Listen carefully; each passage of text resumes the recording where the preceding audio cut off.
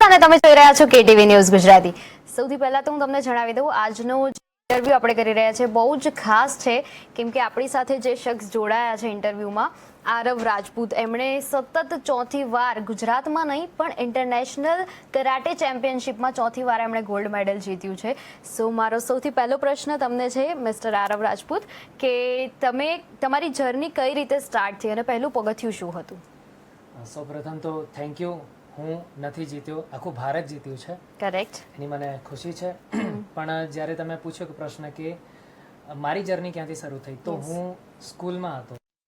કે મારી જર્ની ક્યાંથી શરૂ થઈ તો હું સ્કૂલમાં હતો અને છઠ્ઠા ધોરણમાં તો તે મને યાદ છે કે હું અમારા સ્કૂલમાં આવી રીતે સમર કેમ્પમાં કોચ આવેલા અને જે વસ્તુ મારા મગજમાં પહેલેથી હતી કે મારે આ ફિલ્ડમાં જવું છે, કારણ કે મને ફાઇટ, એક્શન આ બધી વસ્તુ વધારે ગમતી હતી કે ટીવીમાં, અને હોલિવૂડ મૂવી હું વધારે જોતો હતો. તો ઘરમાં પણ કૂદ્યા કરું, ક્યારેક કંઈક વસ્તુ તૂટી જાય, આ તે માર પડતો. તો જ્યારે મારા સ્કૂલમાં સમર કેમ્પમાં આ જ વસ્તુ શીખવાડવા માટે આવ્યા કોચ, ત્યારે મને થયું કે આ તો મને જે ગમતું હતું એ જ મને મળ્યું. તો 6th સ્ટાન્ડર્ડથી આ વસ્તુ મેં સ્ટાર્ટ કરી હતી. ઓકે. કરાટેનો જે પ્રારંભિક સમય હતો એ કેવો હતો તમારો, અને એનો તમે થોડોક અનુભવ અમારી સાથે શેર કરી શકો તો? પ્રારંભિક સમય બહુ સારો હતો, બિકોઝ મને નોલેજ નહોતું આ ગેમ માટે, અને એ ટાઈમે કેટલીક મને મુશ્કેલી આવતી હતી, બિકોઝ એ ટાઈમે હું ફીસ નહોતો ભરી શકતો. તો કેવું હતું કે એના માટે હું મારા ફેમિલીને નથી ખબર કે મેં આ ગેમ સ્ટાર્ટ કરી છે અને હું સ્કૂલમાં જાઉં છું. તો 1.5 મહિના 2 મહિના પછી ખબર પડી કે ભાઈ આરો ભાઈ તો આ કરી રહ્યા છે. ઓ માય ગોડ. લોકોએ કીધું. અચ્છા. તો એના માટે ફીસ માટે હું દુકાનમાં લાગ્યો હતો, જોબ. ઓકે. જી, એ ટાઈમે કારણ કે ફીસ ભરવી જરૂરી હતી અને મારે શીખવું બી હતું, પેશન હતું. અચ્છા. તો હું એક ચાદર ફોલ્ડ કરવાની દુકાનમાં લાગી ગયો, અને જે મને સેલરી મળતી એ હું કરાટેની ફીસમાં એટલે ફીસ ભરતો. અને લાઈક કે મને એક પેશન હતું કે આના માટે કે શીખવું છે, મને આગળ વધવું છે. તો એના માટે હું કલાક પહેલા ક્લાસ પર પહોંચી જતો, જે પ્રેક્ટિસ હતી એ બધું મારી જાતે કરતો. ઇવન ગ્રાઉન્ડ પણ મારી જાતે હું સાફ કરતો. વાવ, ગ્રેટ. મતલબ સ્ટ્રગલ વોઝ રિયલ. હા. Okay. So my next question is કે તમારી જે પહેલી ટુર્નામેન્ટ હતી એનો તમારો અનુભવ કેવો રહ્યો હતો? આઈ થિંક ફર્સ્ટ મારી ડિસ્ટ્રિક્ટ લેવલની ટુર્નામેન્ટ હતી પંચમહાલ ડિસ્ટ્રિક્ટમાં. ઓકે. જી, ગોધરા. ઓકે. તો ત્યાં થોડીક નર્વસનેસ હતી બહુ, એકદમ કહેવાય ને કે ચેમ્પિયનશિપ અને એક માહોલ મેં પહેલી વાર જોયો તો, ફેસ કર્યો હતો. તો એમાં બે કરાટેમાં કેવું હોય છે કે કાતા અને કુમિતે. કાતા મીન્સ કે ફોર્મ્સ હોય છે કે જેને આપણે પરફોર્મ કરવાનું હોય છે, કન્ટેસ્ટન્ટ ત્યાં બી હોય છે. અને કુમિતે મીન્સ કે fight. Both are Japanese word, because આ ઓરિજિનેટ જાપાનમાં થયેલું છે કરાટે. અચ્છા. તો એ ટાઈમે થોડીક નર્વસનેસ વધારે હતી અને કોચનો બી સપોર્ટ હતો. તો એ ટાઈમે પંચમહાલમાં ફર્સ્ટ ટાઈમ મને ફાઇટ ઇવેન્ટમાં ગોલ્ડ મેડલ મળ્યો હતો. ગ્રેટ. પહેલી જ વારમાં. અને આઈ થિંક કે 3 જેટલી ફાઇટ હતી, મને યાદ છે. તો એક્સાઇટમેન્ટ બી બહુ હતું કે જીત્યા પછી જે ન્યૂઝપેપરમાં પહેલી વખત મારો આર્ટિકલ આવ્યો હતો 2006માં, અને આખા ગામમાં મારા ફાધર કોઈકને ફોન કરે, કોઈકને મીઠાઈ આપે ને આ બધી વસ્તુ થતી હતી. અને જે સ્કૂલમાં તો એ સ્કૂલમાં પણ બહુ ચર્ચાઓ થઈ અને સન્માન થયું, એટલે બહુ ગ્રેટ એક એક્સાઇટમેન્ટ હતું અને મજા આવી ગઈ હતી કે વાહ, પહેલી વાર છાપામાં આવ્યા. વાહ. ઓકે. સો તમારી જે ટુર્નામેન્ટ હોય છે એ ટુર્નામેન્ટ પહેલાંની ટ્રેનિંગની તૈયારી કઈ રીતની હોય છે અને તમારું શું શેડ્યુલ હોય છે? શેડ્યુલ તમને કહીએ તો એમાં મારા જે કોચ હોય છે તો એક અમારે ડાયટ પ્રમાણે પણ ચાલુ હોય છે. ઓકે. અને કમ્પલસરી એ પ્રમાણે ચાલવું પડે છે. ઓકે. અને શેડ્યુલ લાઈક કહીએ તો અમારે નેશનલ લેવલની, ઇન્ટરનેશનલ લેવલની કોમ્પિટિશન જ્યારે રમવાની હોય ત્યારે અમારે 6 થી 8 કલાક કન્ટિન્યુ પ્રેક્ટિસ કરવી પડે છે. એના વગર છૂટકો નથી, બિકોઝ એવા પ્લેયરો આવે છે નેશનલ લેવલે, આખા ભારતભરમાંથી નેશનલ લેવલે પ્લેયરો આવે છે કે જેમનું પરફોર્મન્સ એક્સિલન્ટ લેવલ હોય છે. અને ઇન્ટરનેશનલ લેવલે તો પૂછો જ નહીં, કે એવી કન્ટ્રીઝ હોય છે કે જેમાં એ લોકો આખો દિવસ આ જ પ્રેક્ટિસ કર્યા કરે છે.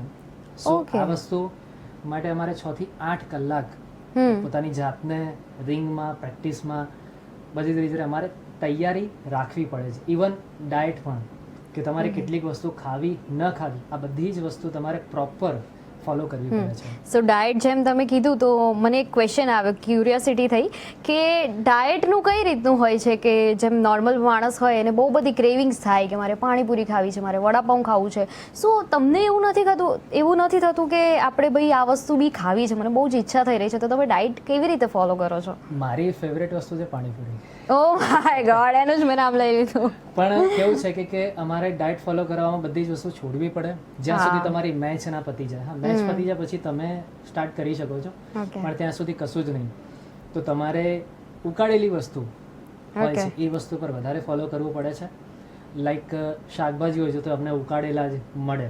ઓ માય ગોડ. તો હા, તો એ જ વસ્તુ પર અમારે વધારે ફોકસ કરવું પડે. દિવસભરમાં પાણીથી લઈને સલાડથી લઈને બધી જ વસ્તુ અમારે વધારે લેવી પડતી હોય છે. તો ત્યાં સુધી તો તમે ભૂલી જાઓ કે બહારની વસ્તુ જોઈને મોઢામાં પાણી આવે, ઓકે, ત્યાં સુધી કંઈ જ નહીં. ત્યાં સુધી કંઈ જ નહીં. ટુર્નામેન્ટ પછી તમારે જે ટુર્નામેન્ટ પછી તમે ખાઈ શકો છો, પણ એ પણ લિમિટમાં, બીકોઝ ટુર્નામેન્ટ એક વર્ષમાં 2 થી 3 વાર આવતી હોય છે. તમારે મેન્ટલી પ્રિપેર રહેવું જ પડે છે કે હવે ટુર્નામેન્ટ આવી, હવે બસ બંધ કરો, હવે નહીં. શરીર પર ધ્યાન આપો, પ્રેક્ટિસ પર ધ્યાન આપો. કરેક્ટ. ઓકે, સો તમારી જે કાંઈ બી ટુર્નામેન્ટ્સ છે કે તમારી લાઈફ જર્ની છે કે કરાટેની પાછળ તમારા કોણ કોચ રહ્યા છે અને એમનો તમારી સફળતા પાછળ શું ફાળો રહ્યો છે? મારા કોચ છે સુસ્મિત ગોહિલ. ઓકે. જે નેશનલ કોચ છે અને અત્યાર સુધી એમનો ઘણો ફાળો રહ્યો છે, બીકોઝ એ દરેક ઇવેન્ટમાં લાઈક સ્ટેટ લેવલના જે કોચ હોય એ અલગ હોય, નેશનલ લેવલના અલગ હોય, ઇન્ટરનેશનલ લેવલના અલગ હોય. એટલે એમની કહેવાય ને કે મહેનત મારી પાછળ બહુ રહી છે. અને લાઈક ડાયટથી લઈને બધી વસ્તુ એ પહેલેથી નાનપણથી એમને મને ટ્રેનિંગ આપી છે. તો નાનપણથી તેઓ મારી પ્રેક્ટિસથી કે મારા ફાઇટ સિક્વન્સથી કે જે કહેવાય એનાથી એ ઘડાઈ ગયા છે. અચ્છા. એમને પર્ટિક્યુલર એક ખબર પડી જાય કે આ મુમેન્ટમાં અત્યારે આ વસ્તુ રમશે કે કરશે, તો બીકોઝ એને આ વસ્તુ જરૂરી છે. તો વિધિન 2 મહિના પહેલાથી એ મારી પાછળ પડી જાય. અચ્છા. આ ખાવાનું છે, આ વસ્તુ રહેવાની છે. ઇવન રાત્રે પણ ક્યારે બી લાઈક ટ્રેનિંગનો અમારો સમય હોય તો અમને સવારે 3:30 એ વ્યક્તિ જગાડે છે. ઓ માય ગોડ, સવારે 3:30. જી, કે તૈયાર થઈ જાઓ અને આવવાનું જ છે, બીકોઝ એટલા એ સ્ટ્રિક્ટ પણ છે ડિસિપ્લિનમાં. ઓફકોર્સ, એ કોચ હોય એટલે સ્ટ્રિક્ટનેસ તો એમ બી આવી જ જાય. સો બધી જ રીતે ખાવાથી લઈને અને મહેનતથી લઈને એમનો ખૂબ મોટો ફાળો રહ્યો છે. સો હું એમને પણ દિલથી થેન્ક યુ કહેવા માંગુ છું કે દરેક સ્થિતિમાં એમણે સંભાળ્યા છે. ઓકે, સો એક ક્વેશ્ચન મને મગજમાં આવ્યો છે કે આ બધા જ દરમિયાન કોઈ છોકરી લાઈફમાં આવી કે નહીં? ના, છોકરી કહી શકાય કે મને લાઈક કરે છે, મને ખબર છે. અચ્છા. પણ મેં લાઈક નથી કર્યા, બીકોઝ ફિલ્ડ એવું, સ્પોર્ટ્સ ફિલ્ડ એવું છે કે તમારે જો એમાં ઇન્વોલ્વ તમે થઈ જશો તો તમારી કરિયર ઉપર ઘણી અસર પડશે. પણ હા, એવું કહી શકાય છે કે પહેલા હતી પાસ્ટમાં, હવે નથી. અચ્છા. બટ યુ નો એક પાર્ટનર હોવો જોઈએ લાઈફમાં. ભલે યસ, ડેફિનેટલી તમારે તમારા કરિયર પર ધ્યાન આપવાનું છે, તમારે કરિયર બનાવવાનું છે, એક ગોલ આપણો સેટ છે, બટ એક પાર્ટનર હોય તો વધારે સારું રહે. ડેફિનેટલી એવું કહેવાય છે કે એક સક્સેસફુલ માણસની પાછળ એક સ્ત્રીનો હાથ હોય છે. યસ, હતું, પણ હવે કેવું છે કે હવે નથી, એવું પણ કહી શકાય. બીકોઝ એ એમના લાઈફમાં આગળ વધ્યા, હું મારા લાઈફમાં આગળ વધ્યો, તો જર્ની ત્યાં જ પતી ગઈ અમારી. સો આગળ કઈ વિચાર ખરો મેરેજનો? એનો મેરેજનો વિચાર તો નથી, બીકોઝ મેરેજ માટે તો ઘરથી બી બહુ બધા પ્રેશર આવે છે, બીકોઝ સૌથી મોટો છોકરો હું છું ઘરનો. ઓકે. અને મારા 2 ભાઈઓ છે, નાના છે, તો એમના મેરેજ થઈ ગયા છે. એટલે તો યાર ઓફકોર્સ આવે જ આ ઘરથી પ્રેશર. હું સમજી શકું છું, આ પ્રેશર આવે જ છે. જી, એટલે મારા મમ્મી દર 2 દિવસે આ ટોપિક મૂકી જ દે કે ક્યારે કરો છો લગ્ન. એટલે હું કહું છું કે મમ્મી, હવે અત્યારે મેં જે લાઈફસ્ટાઈલ ચોઈસ કરી છે, જે આપણા મોદી સાહેબ છે એમને ચોઈસ કરીને મારા આઈડલ છે, મોરલ છે, હું એ જ રીતે જીવીશ અને સમાજ સેવા કરીશ. એટલે અત્યારે તો ભૂલી જ જાઓ કે મેરેજ હું કરીશ એમને. ઓકે. જી. સો તમારી આ જે આખી સફર રહી છે એમાં તમને ઈજાઓ પહોંચી હશે, ઘણો તમને તણાવ પણ મળ્યો હશે, તો એમાંથી તમે કઈ રીતે બહાર નીકળીને ઊભા થયા છો? લાઈક કે કહી શકાય કે જ્યારે ચેમ્પિયનશિપ ચાલતી હોય ત્યારે, ઇન્ટરનેશનલ ચેમ્પિયનશિપ હોય ત્યારે કોઈ બી પ્લેયર હોય, કોઈ પણ દેશનો હોય, એ પોતાના દેશને જીતાડવા માટે કોઈ પણ હદે જઈ શકે છે.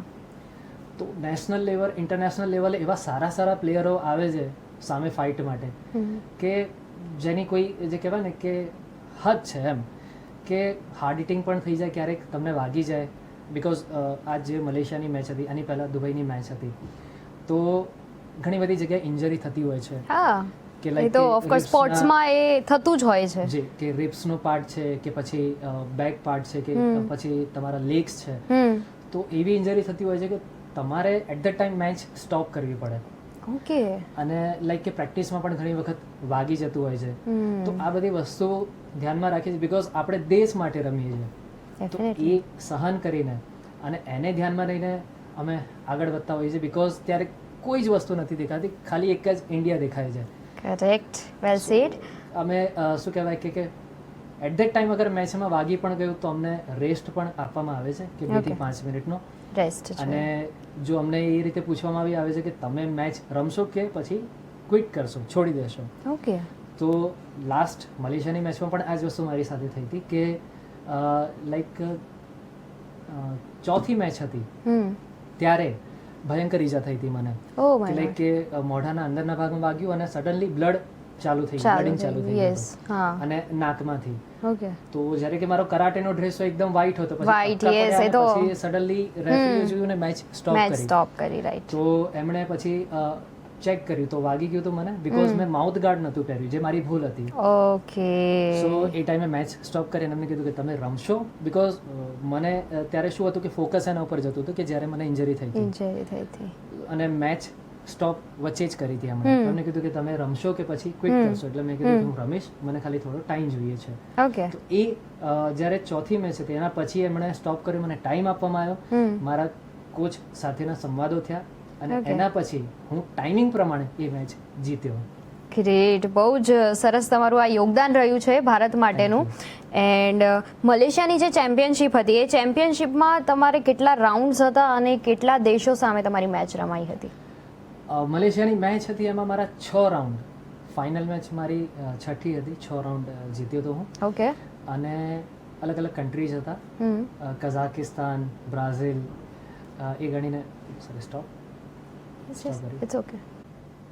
મલેશિયાની ચેમ્પિયનશિપમાં કેટલા રાઉન્ડ હતા અને કેટલા દેશો સામે તમારી મેચ હતી? મલેશિયાની ચેમ્પિયનશિપમાં 6 રાઉન્ડ હતા ટોટલ, ઓકે. સેમીફાઇનલ ફાઇનલ સાથે, જેમાં કોલંબિયા, કઝાકિસ્તાન, બ્રાઝિલ, પછી લાઈક ગણીને લાસ્ટ ફાઇનલ મારી મેચ હતી દક્ષિણ આફ્રિકા સાથે. ઓકે. એવી રીતે 6 રાઉન્ડ હતા. ઓકે. સો તમારો મલેશિયા ચેમ્પિયનશિપનો અનુભવ કેવો રહ્યો છે? બહુ જ અઘરો, ભયાનક. કેમ? એકચ્યુઅલી કેવું હતું કે એના માટે મારી પ્રેક્ટિસ ઉપર પણ પહેલાં અસર પડી હતી અને એટલી પ્રેક્ટિસ હું ન કરી શક્યો હતો બિકોઝ કામ અને સમાજ સેવામાં. પણ એન્ડ મુમેન્ટ ઉપર છેલ્લા લાસ્ટ મંથથી મેં પ્રેક્ટિસ કરી હતી એમાં. અને એમાં જ્યારે મેચ સ્ટાર્ટ થઈ તો સખત નર્વસનેસ હતી મારી અંદર અને કોચનું સખત પ્રેશર હતું કે અને લાઈક કે એ ટાઈમે એ વસ્તુ એમણે સડનલી કહી દીધું હતું કે મેડલ નહીં આવે ચાલશે પણ તારું 100% આપીને રમજે. ઓકે. એટલે ફર્સ્ટ મેચ થઈ કોલંબિયા સાથે, એટલે એ જીત્યા. સેકન્ડ હતી કઝાકિસ્તાન, તો એ જીત્યા. પછી જ્યારે ચોથી મેચ હતી ત્યારે ઇન્જરી મને ભયાનક થઈ ગઈ હતી કે ગ્રિપ્સના ભાગમાં મને વાગી ગયો અને ત્યારબાદ બેક સાઈડમાં વાગી ગયું. ઓકે. અને ફર્સ્ટ ડે મને યાદ છે કે 4 જ મેચ થઈ હતી અને બીજા દિવસે સેમીફાઇનલ અને ફાઇનલ બીજા દિવસે હતી મોર્નિંગમાં. ઓકે. જી. તો જ્યારે ચોથી મેચ પતી ત્યારે ભયંકર ઈજા અને પેઇન, અસહ્ય પેઇન થતું હતું મને. તો રૂમમાં જ્યારે પછી મને કોચે અને ફિઝિયોથેરાપિસ્ટ હોય ત્યાં, ડોક્ટર હોય, તો પછી એમને ટ્રીટમેન્ટ આપી અને મને એક ટેન્શન હતું કે કાલે સેમીફાઇનલમાં શું થશે. તો એ મારા માટે એક ચિંતાનો વિષય હતો કે આખી રાત ઊંઘ ના આવી અને બીજા દિવસે સવારે જે સેમીફાઇનલ અને ફાઇનલ જ્યારે હતી ત્યારે બહુ હાર્ડ પ્લેયર હતા. ઓકે. તો એ ટાઈમે એક ટેન્શન પ્લસ તમારું જે પેઇન છે તો તમને થઈ જ રહ્યું છે બિકોઝ એક જ દિવસમાં કંઈક મટી ના જાય. તો સેકન્ડ ડે સેમીફાઇનલની મેચમાં કોચે એ કહી દીધું કે વોટ એવર કહી ગયું, 3rd રેન્ક આવે પણ ઇન્ડિયા ખુશ છે. એટલે મનમાં એ વસ્તુ ચાલતી હતી કે નહીં, મારા તરફથી હું 100% નહીં પણ 1000% હું આપીશ. ભલે વાગે પણ હું રમીશ અને સારી રીતે પરફોર્મન્સ આપીને બને એટલું ખેંચીને જીતવાની કોશિશ કરીશ. એટ સેમીફાઇનલ મેચમાં ફેસ પર વાગી જાય છે, હાર્ડ હિટિંગમાં અગેન.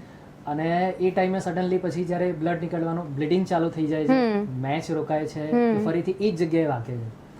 અને એ ટાઈમે સ્ટોપ થાય છે બીકોઝ મેચ તો પતાવવી પડે જે શેડ્યુલ પ્રમાણે હોય શેડ્યુલ એટલે એ આગળ ચાલ્યા રમ્યા અને ઇવન અમારા 3 પોઈન્ટ અને ઇક્વલ થઈ ગયા હતા જે મને યાદ છે સેમીફાઇનલ મેચમાં ઓકે અને લાસ્ટ 10 સેકન્ડમાં ટેકનિકલી 1 પોઈન્ટ લઈને હું સેમીફાઇનલ મેચ જીત્યો હતો ઓ માય ગોડ મતલબ you were so close exactly કે હારવાની ગેટ ઉપર જ હતો હા અને એ ટાઈમે 1 પોઈન્ટથી હું મેચ જીત્યો અને વિધિન સેકન્ડ પતી ગઈ મેચનો ટાઈમિંગ પતી ગયો ઓકે અને ફાઇનલ મેચમાં એનાથી પણ ટફ થયું હતું બીકોઝ ફાઇનલ મેચમાં પગમાં ત્યારે વાગી ગયું અને કિકિંગ હોય પંચ હોય ડિફેન્સ હોય તો એ ટાઈમે બીકોઝ બંને જણા પોતાના કન્ટ્રી માટે લડી રહ્યા છે તો એ ટાઈમે પણ ઇન્જરી વધારે થઈ અને તો પણ ટક્યા અને ફાઇનલ મેચમાં સામેવાળી જે ટીમ સામેવાળો જે પ્લેયર હતા એના 2 પોઈન્ટ થયા અને મારા 3 પોઈન્ટ થયા ઓ માય ગોડ એક સાથે એકાએક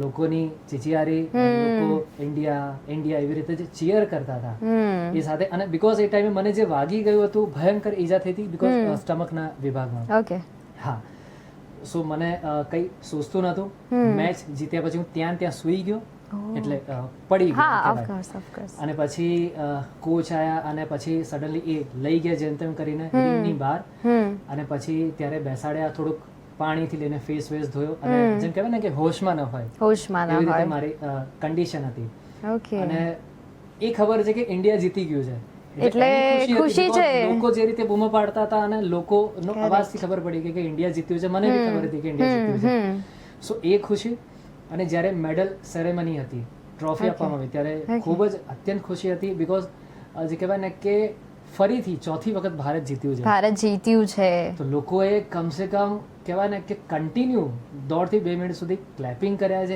એ ખુશી અને ભારતનો તિરંગો જ્યારે ઉપર હતો એ જોઈને ખૂબ જ ગદગદ થઈ ઇમોશનલ થઈ ઘણા લોકો જેટલા ઇન્ડિયન હતા બધા જ જી અને એ જર્ની મને એટલા માટે યાદ છે મલેશિયાની બીકોઝ શાંત થતા કે મને જે પેઇન હતું એ વધી ગયું મને ત્યાં ઇન્જેક્શન આપવામાં આવ્યા અને પ્લેનથી મને કહેવાય ને કે સૂતા અહીંયા ઇન્ડિયા લાયા છે ત્યાં સુધી મને કોઈ હોશ નહોતો કે હું ઇન્ડિયામાં પાછો આવી ગયો છું ઓ માય ગોડ જી બીકોઝ એર એમ્બ્યુલન્સ જે કહી શકાય હા કે ત્યાં સ્ટ્રેચર પર અને ત્યાંથી ઇન્ડિયામાં હું ક્યારે પહોંચ્યો દિલ્હી અને એકદમ કહેવાય ને કે ઊંઘમાં જ હતો કે એ જ અમને ઇન્જેક્શન આપીને ટ્રીટમેન્ટ મારી સ્ટાર્ટ કરી દીધી ઓકે ત્યાં સુધી કોઈ હોશ નતા પણ આ જર્ની મને યાદ રહી ગઈ બહુ જ ઈજાઓ વાળી ને બહુ જ સ્ટ્રગલ વાળી તમારી જર્ની હતી બટ ઇન્ડિયા ઇનફેક્ટ અમે બધા જ તમારા માટે એટલું પ્રાઉડ ફીલ કરીએ છીએ કે તમે ભારતને 4થી વાર ગોલ્ડ મેડલ જીતાડ્યું છે એન્ડ હાર્ટલી કોંગ્રેચ્યુલેશન્સ એના માટે તમને પણ મારો નેક્સ્ટ ક્વેશ્ચન એ છે કે કરાટે સિવાય કોઈ બીજી તમને મનપસંદ હોબી હોય તો એ શું છે કરાટે સિવાય લાઈક કે હું કેફેમાં સ્ટેન્ડઅપ કોમેડી કર્યા કરતો હતો ઓકે હા અમારું એક ગ્રુપ છે અચ્છા જી તો સ્ટેન્ડઅપ કોમેડી પછી અમારું એક બેન્ડ છે મ્યુઝિક બેન્ડ છે ઓકે જી તો અમે એ બધું કર્યા કરતા અને બીજું કે એક અમે મારું પોતાનું એક ફાઉન્ડેશન ચાલે છે કોરોનાથી પવિત્ર ફાઉન્ડેશન ઓકે સો એમાં અમે સ્પેશિયલી બાળકો માટે લેડીઝ માટે અમે અવારનવાર સેવાનું કામ કરતા હોઈએ છીએ કે વીકમાં અમે 2 થી 3 વાર અમે આવી રીતે સેવાનું કામ કરતું જે મારી હોબી છે જી હા અને ટ્રાવેલિંગ કરવું અને આ બધી વસ્તુ મને ખૂબ ગમે છે હા પણ સ્પેશિયલી કે ભાઈ અમે જ્યારે મિત્રો ભેગા થઈએ ત્યારે અમારું બેન્ડ છે કે સ્ટેન્ડ અપ કોમેડી છે કેફેમાં પહેલા લાઈક કે કોરોના પહેલા અમે સખત કરતા એમ અચ્છા અને હા એક્ટિંગ કરવું બીકોઝ હું થિયેટર આર્ટિસ્ટ છું 2012 મતલબ એક પછી એક આપણને એમના રાઝ ખબર પડી રહ્યા છે કે એ કેવી રીતે આગળ આવ્યા છે અને એ કેટલી ફિલ્ડમાં આગળ વધ્યા છે ડેફિનેટલી બીકોઝ રેડિયોમાં પણ હું રહી ચૂક્યો છું અનધર સો આ બધા ફિલ્ડ હતા મારાને મને ગમતું પણ હતું કે એક્ટિંગ કરવું થિયેટર આર્ટિસ્ટ હતો તો ઘણા બધા પ્લેસ કર્યા છે શોઝ કર્યા છે જી હા અને ગમતી વસ્તુ જે મને મળે હું કરી નાખું છું પણ હું સમજીને એમાં થોડોક સમય આપું છું એવું નહીં કે આવ્યા કે 2-3 દિવસનો શોખ પછી જતું લાઈફ ટાઈમ માટે આ મારી એક કહેવાય ને કે પેશન હતું ઓકે સો મતલબ તમે બધી જ ફિલ્ડમાં છો તમે આર્જિંગમાં છો એન્ટરટેનમેન્ટમાં છો તમે પ્લેસ કરો છો તમે થિયેટર કરો છો ઇનફેક્ટ તમે સ્પોર્ટ્સમાં પણ છો અને સ્પોર્ટ્સમાં તો તમે બહુ જ સરસ કરી રહ્યા છો થેન્ક યુ સ્પોર્ટ્સ મારું સૌથી પહેલું છે પ્રાયોરિટી સ્પોર્ટ્સ છે કરાટે છે એન્ડ ધેન બીજા બધા આમ કહેવાય ને સાઈડમાં રાખ્યા છે. ઓકે, સો કરાટે તમારા જીવનમાં શું બદલાવ લાવ્યો છે? કરાટે હું નાનપણથી હતો ત્યારથી મને આ વસ્તુ ગમતી હતી. સો એ મારા બ્લડમાં છે. બિકોઝ કહી શકાય ને કે વેલ ડિસિપ્લિનમાં મને એક સ્પોર્ટ્સ તો કહી શકાય ને, પણ એક વેલ ડિસિપ્લિનમાં કે જ્યારથી એમણે મને સ્વીકાર્યું છે કે કરાટે મેં એક્સેપ્ટ કર્યું એ તો પછી, પણ સૌથી પહેલાં એને મને સિલેક્ટ કર્યું હતું. સો વેલ ડિસિપ્લિન શીખવાડી છે લાઈફમાં. અને શું કહેવાય કે દરેક વ્યક્તિ માટે ડિસિપ્લિન બહુ જરૂરી હોય, પણ એમાં કે લાઈફની દરેક જે સિચ્યુએશન હોય છે એને એક્સેપ્ટ કરવું એ ઘણી વખત કેવું હોય છે કે માણસ કોઈ બી સિચ્યુએશનમાં ગભરાઈ જાય છે. પણ અત્યાર સુધી મને જ્યાં સુધી ખબર છે કે મારા લાઈફમાં એવી ઘણી બધી સિચ્યુએશન હોય, પણ ગભરાયા વગર મેં વેલ સારા એવા ડિસિઝન લેતા શીખવાડ્યું છે આ કરાટે ફિલ્ડે. ઓકે. અને અત્યાર સુધી કહી શકાય કે અલગ અલગ સંસ્થામાં અને ગામડાઓમાં 17,000થી વધુ દીકરીઓને, વિદ્યાર્થીનીઓને સેલ્ફ ડિફેન્સની ટ્રેનિંગ આપી છે. ઓકે, તો એની શું ફીસ હોય છે તમારી? કોઈ જ ફીસ નથી લીધી, નિઃશુલ્ક કરાવો છો તમે? That's great. નોંધ જે આપણા ગૃહમંત્રી ભારતના માનનીય અમિત શાહજીએ પણ લીધી છે. એમણે પણ પત્ર લખીને, શુભેચ્છા પત્ર લખીને અભિનંદન પાઠવ્યા છે કે ઇવન આપણા જે માનનીય મુખ્યમંત્રી સાહેબ છે ભૂપેન્દ્રભાઈ પટેલ, એમણે પણ નોંધ લીધી છે. વાહ, ગજબ. જી. સો એક પેશન કહી શકાય કે આનાથી બદલાવ શું આવે, તો ડિસિપ્લિન અને એક પોઝિટિવ એનર્જી અને ફિટનેસ. ઓકે જી, જે બહુ જ જરૂરી છે. અત્યારે તમે જોઈ રહ્યા છો તો બિંગ અ ગર્લ, છોકરીઓને, મહિલાઓને ઘણી હેરાનગતિ થતી હોય છે સમાજમાં.